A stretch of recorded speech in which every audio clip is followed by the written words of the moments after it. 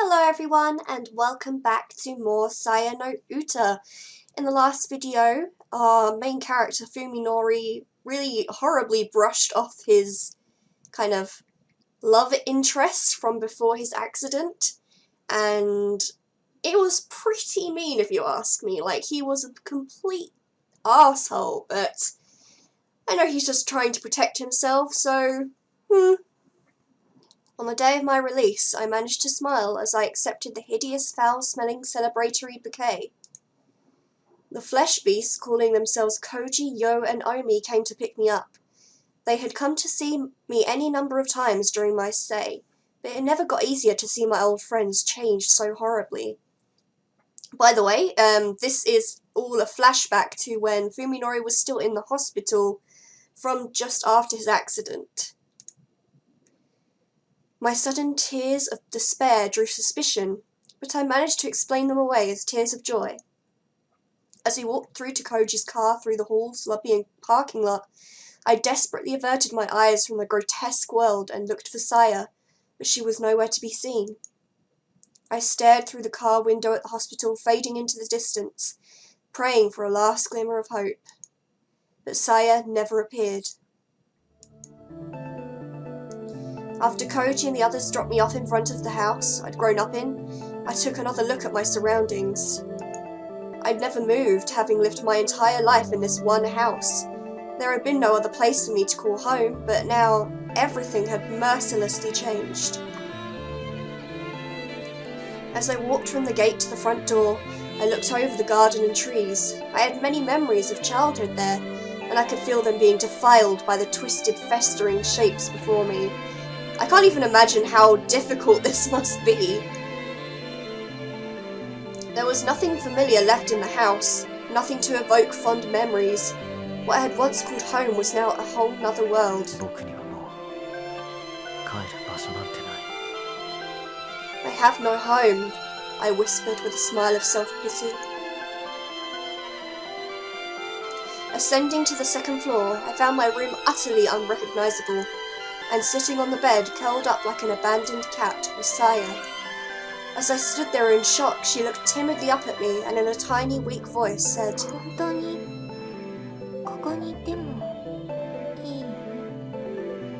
"Can I really stay?" I responded by sweeping her into my arms, embracing her tightly so that she wouldn't escape. Saya did not resist.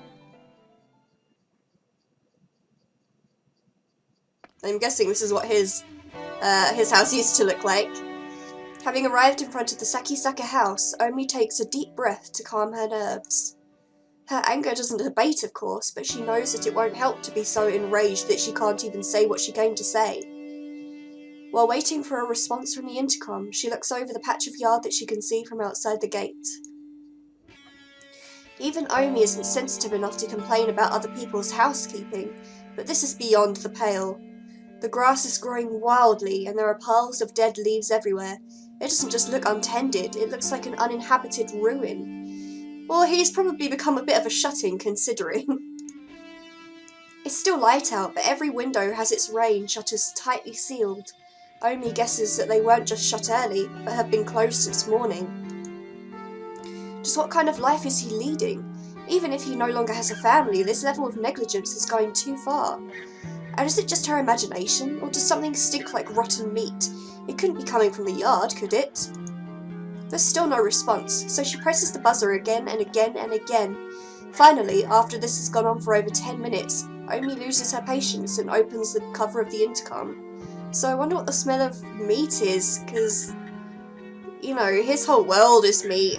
Maybe he wouldn't notice if there was actually rotten meat somewhere in his house. As she expected, the power has been disconnected.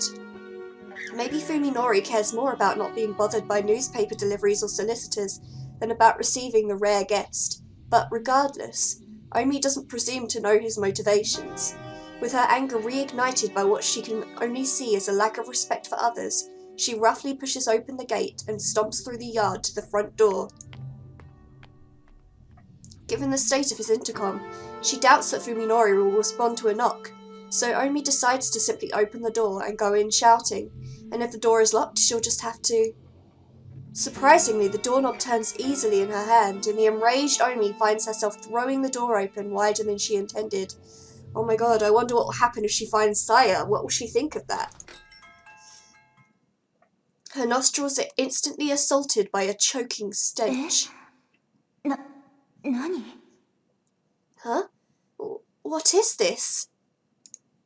As Omi stands petrified, the cowbell hanging on the inside of the door chimes loudly, probably alerting Fuminori to the presence of a visitor. Welcome home. Oh dear, is this what Saya's really like? Omi can't believe the voice she just heard coming from the room at the end of the hall. It was clearly inhuman, yet its intonation was too complex to have been made by an animal. 誰かいるの? Is someone there? There is no response. Instead, she hears the squishy sound of something soft and wet, flopping its way deeper into the house. Finding it difficult to place a meaningful image to the voice she just heard, Omi stares blankly at the empty vestibule. There's nothing inside, not even Fuminori's shoes, which can only mean that he's still outside somewhere wearing them. Oh, she's home alone with Saya. If Fuminori isn't home, the house should be empty. Then what was that noise just now? Her anger has vanished as if it were never there. Leaving the door open so that the cowbell won't ring, Omi sets foot into the hallway. The floor creaks, setting her nerves on edge. Omi herself isn't sure why she's sneaking around like a burglar, but something tells her to make as little noise as possible. The potency of the stink inside the house makes the whiff she caught outside pale in comparison. It's sickening, like piles of fish guts have been left to rot. Has food been left to spoil in the kitchen? She also notices a sound coming from the end of the hallway. Stepping gingerly on the creaking floorboards, Omi makes her way to the end of the hallway. She finds rooms to both sides of her, one lit, the other dark, and chooses to look into the lit room. I would have already left. I'm not being funny. It's the kitchen, lit by what must be the only window in the house not covered by a storm shutter. The sound she heard was the pot boiling on the stove, and on the chopping board next to it lie a butcher's knife and some half-diced carrots. A perfectly normal household scene, with the light of the setting sun making everything the colour of overripe, decomposing fruit. There is something terribly wrong, of course. Who was cooking here, and just where did they go? 誰かいないんですか? Is anyone here? Omi calls, regretting it immediately as she realises that her voice is shaking uncontrollably. I mean, for all that she knows, somebody else could, like a murderer, could be hiding out in the house waiting for Fuminori to come home. As her words echo vainly through the silent house, she begins to feel foolish and defenceless. Suddenly, she feels something cold seeping through her stockings. She timidly reaches down to touch her feet, her fingertips coming away covered with a viscous olive-green slime. The slime is like the filthy water from a tank long clogged with algae and dead fish, and the whole floor is covered with it. It must be the source of the stench. Omi wishes that she had worn her shoes inside. Manners are now the farthest thing from her mind. So is Saya like some giant slug creature? When she looks back ruefully the way she came, she realises that her current position is not visible from the entrance. This kitchen must be where that strange voice and those sounds of movement came from. Uh-oh! The next room must be the den. As she expected from having seen the storm shutters closed, it's pitch black inside. Omi wants nothing more than to turn around and leave the house, but that would mean turning her back to the darkness of that room, something which she cannot bring herself to do. But why doesn't she just strafe out while facing the room? Makes sense, doesn't it? Moved less by reason than by some irrational compulsion, Omi sets foot into the living room. It is too dark to see anything, and the stink is far worse than ever before. She slides her hand along the wall, feeling for the light switch. This girl is just stupid and begging to be killed. Finding it much faster than she expected, she flips it on like it's her last hope. Colours. So many colours.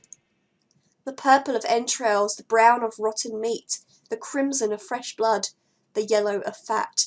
These colours and yet more that cannot be described join in a maddening array to cover every inch of the walls, floor, windows and ceiling. It's like a painter went over the room with megalomaniacal precision, leaving not the tiniest portion untouched. The colours say all that needs to be said about the painter's hate, malice and insanity. I mean, it looks like it would be a proper art exhibit in a museum. Omi's legs give out from the shock, sending her to the floor. The slime covering the floor immediately soaks her jeans, its cold tendrils creeping up her legs, crotch and her neck. Her hand flies to her neck, which is greeted by another drop of chilly slime. It's above her. Something is dripping down on her head. Making perhaps the worst decision of her entire life, Omi looks up. The predator clinging to the ceiling, mere moments from leaping upon its prey, she sees it in every detail. Her mouth and nose are sealed before she can scream, and her belly is torn open as something enters to feast on her innards. By the time she feels any of this, Omi has already gone mad.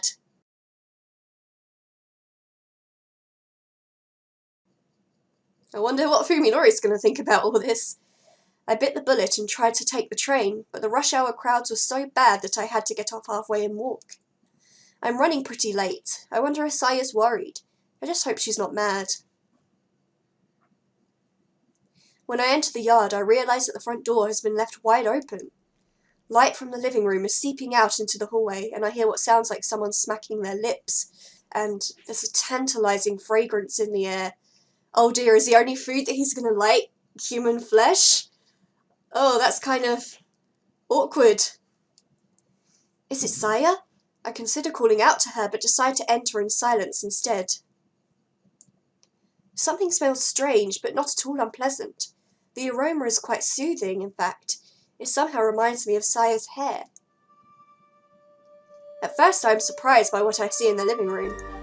The floor is covered with what looks like to be some grass, probably the source of the herb-like smell, and there are fruit or vegetable-like balls of various sizes scattered everywhere. Saya? Saya? She doesn't want him to see her eating flesh. Saya turns around, her eyes wide with surprise. She then looks away sheepishly like a child caught at some prank. What are you eating? This is, well, she stammers, so flustered that I feel bad for her. Remembering that she has never eaten in front of me before, I realise that she must be quite embarrassed. I suddenly feel like I've done something awful, as if I'm a lowlife peeping Tom. Can I have one? I scoop up the closest fruit thing and pop it into my mouth, ignoring Saya's attempt to wave me off. It has a strange texture. It feels soft and pliable like a peach or pear. When I bite into it, my back teeth, a succulent juice fills my mouth, combined with a sharp, strong fragrance. It's unlike anything I've ever tasted. Oh dear, Fuminori has become a cannibal. How did you prepare this? Did you use any seasoning?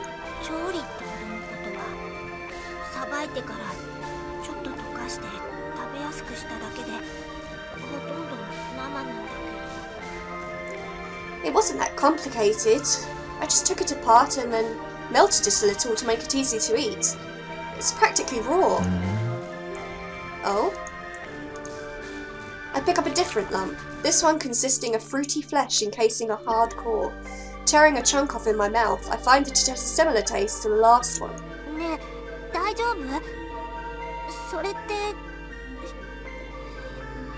Hey, are you okay? That's a...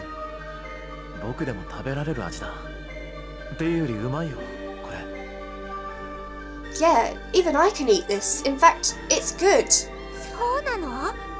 Really? At first, Saya looks dumbstruck, but soon she starts laughing mirthfully.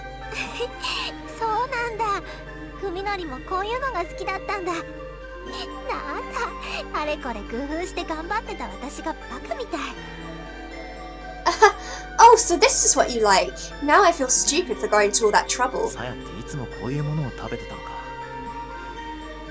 Is this what you always eat, Saya? こんな大物は久しぶりだけどね。近所の公園とかで取ってくれるや Yeah, though it's been a while since I've had one so big. I usually catch them in places like the nearby park. Oh, so she usually eats children? This is all kinds of wrong. There's an impressive nature preserve not too far from here. I've never heard anything about fruits like these growing there, but, well, of course. They only look like fruits to me. They're really something else. つ。ごめんね。一番美味しいところはさっきさやが全部食べちゃった。 Sorry, I already ate all of the best parts. いいよ、また今度で。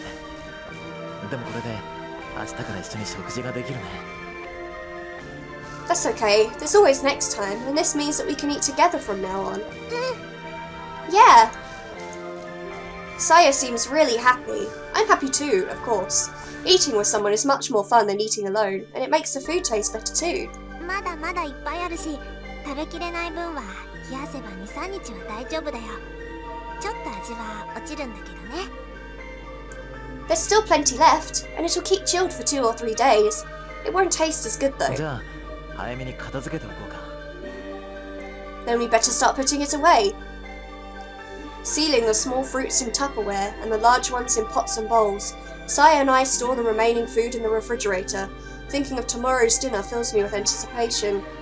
Well, someone's going to stumble in and find all of this flesh in the fridge. That's going to be an interesting scene. Together with Saya, I feel that I'm beginning to regain the joy of living little by little. Saya will guide me. With her, I can live on. That was a really disturbing scene.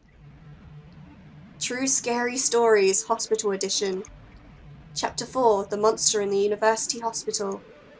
Elite University Hospital research student Kei-san relates his shocking experiences. Will you believe him or not? Strange things started happening at our hospital around the end of last spring. Many times, patients would wake in the middle of the night screaming about nightmares. They all said that they had seen something unbelievably terrifying in their dreams, and many of them had to be sedated before they would sleep again. Some patients even transferred to other hospitals because of it. The weird thing was that all of the patients had had exactly the same dream, a dream about some horribly disgusting monster standing by their bed and staring down at them. But the really strange stuff started happening after that. There used to be a lot of stray cats hanging around the campus, looking for scraps from the students.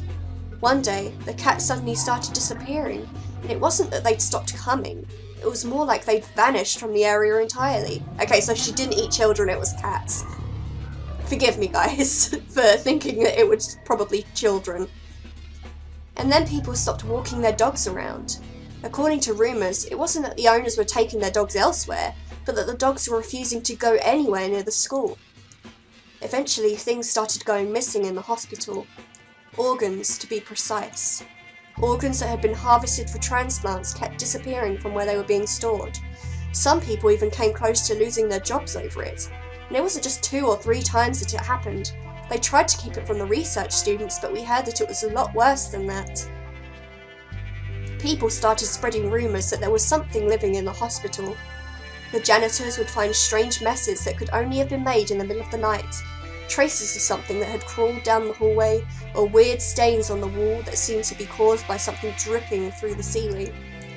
Lots of the late shift nurses talked about hearing strange noises on the same days that patients had screamed about nightmares. There's one last story, one you can never mention inside the hospital. One day, the obstetrics department went totally crazy. They said that a newborn had disappeared in the night. If it were true, the police would have come and it would have been all over the news, but they say the big shots managed to make it all go away. It's just a rumour, of course. These strange incidents suddenly stopped towards the end of summer. Now there are almost no patients complaining of nightmares, and the cats have started coming back to campus. But still, what happened in the hospital that summer? Even now, just thinking about it gives me the creeps. Okay guys, this seems like a good time to end this video. So if you guys have enjoyed, then don't forget to leave a like and subscribe for more. And until next time guys, goodbye!